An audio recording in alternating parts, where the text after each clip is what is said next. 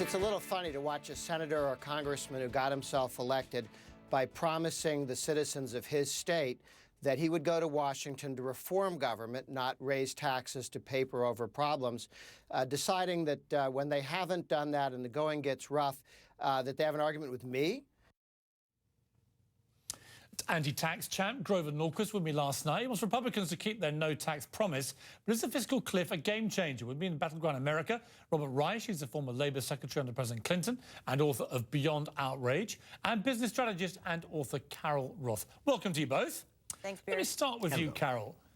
Here's what I don't get when I talk to the Republicans at the moment, particularly the Grover Norquist gang. When you have an intransigent, utterly implacable position like a pledge, there will be no tax increase, come what may. It just seems to me, looking on the outside as a Brit, and educate me about this, a ridiculous thing to do when you have no idea what may happen next. I don't disagree with that. I don't know that I would have ever signed that pledge, but they have that pledge in place. I think that that's not the crux of the issue, though, Piers. The crux of the issue is in terms of raising taxes, will that fix the problems of the United States? And it absolutely will not. The fact of the matter is we have a crazy amount of debt and we have an economy that's not growing. So does raising taxes fix the spending problem? No. And will it get the economy going? No. So regardless of pledge or no pledge, I don't have a horse in this race. I'm part of the common sense party here. We have to fix the problem. And raising taxes doesn't fix that problem. Warren Buffett came out this week and said the complete opposite. And no disrespect to you, but he's worth $40 billion and is considered to be the most successful investor in the history of mankind.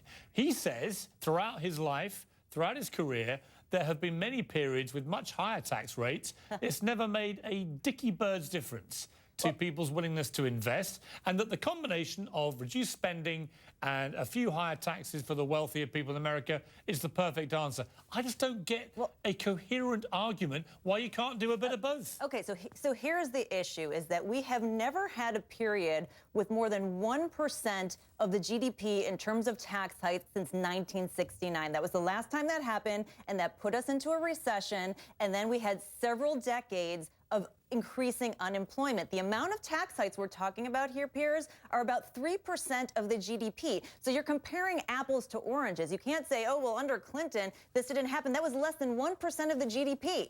We're talking 3 times that. And in the situation that we're in today, having a 3% increase in taxes as a percentage of the GDP will throw us back into a recession. Does that make sense? Robert Reich.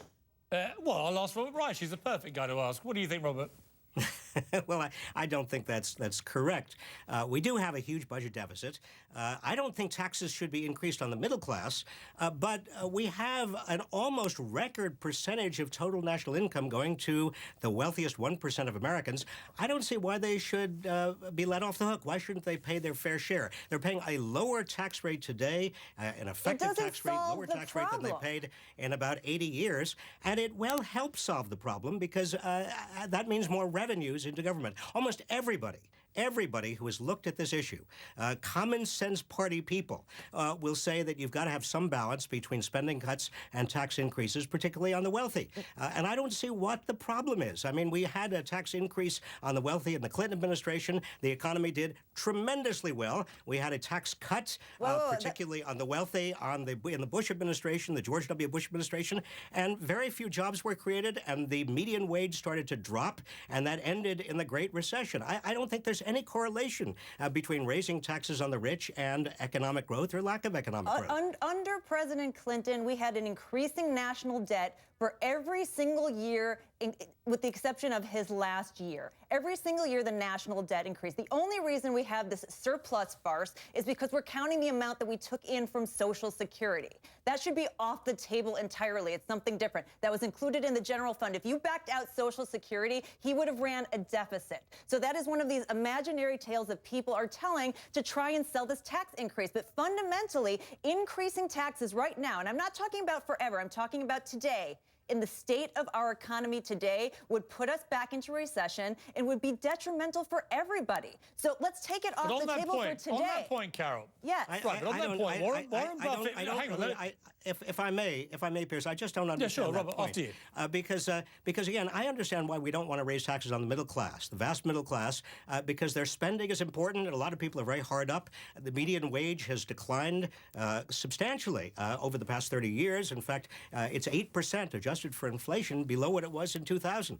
But in terms of the very wealthiest members of this society, or on raising marginal income taxes just on income in excess of $250,000, that is not going to put a crimp on this economy. This is going to be helpful with regard to deficit reduction. It is not going to slow the economy down. It is also going to have to be accompanied by some Let me jump in. Carol, the point is that Warren Buffett was very explicit about this. The wealthier people in America, the top 2%, if they were taxed more, it wouldn't make an iota of difference to any of their investment plans whatsoever. So basically, you're just getting extra revenue with no pain, no negative, no downside whatsoever, says Warren Buffett. Oh, come on. First of all, Warren Buffett has other issues at hand here, but the reality is he's not holding the government to the same standards that he would hold his investments. So I'm going to cast that aside for a second. The problem is, Piers, is the amount that we're talking about. So when we look at, for example, the payroll tax cut and the Obamacare tax, if you put those two things together, that's over 1% of the GDP. If you throw in then the top 1 or 2% earners, that's going to put us at 1.5 or 2% of the GDP, which is not a sustainable amount of tax hikes given the fact that we're in a sluggish growth period. And I think that Warren Buffett certainly understands that. And you know what, Mr. Buffett? Here's an idea for you. If you want to add in more revenue, go ahead. I mean, why not make this something of choice instead of making it compulsory? If you feel like you can help, go ahead. Put some extra money in, but we shouldn't have a gun to our head. Look, nobody has any guns to anybody's head. We have a common problem. It's called a budget deficit, particularly in out years. We have some common responsibilities. And when you do consider that the wealthy in this country are now taking home between 20 and 25% of total income, 40% of the total wealth of this country, we haven't seen this degree of concentrated income and wealth in 80 years. So we have a common responsibility. If I may just finish my thought for just a second. I'm afraid I have to jump in. They're paying an effective tax rate lower than it's been in 50 years. We have a comment. Robert, we've run out of time. The good news is that was a terrific debate. We've got 35 days left. I'm going to bring you both back and we'll carry it on. So thank you both very much. Robert Reich and Carol Roth. Piers, thanks very much. Speak to you both soon. Coming up, America's Pastor Rick Warren joins me live to talk politics, faith, same-sex marriage, and much more. That's next.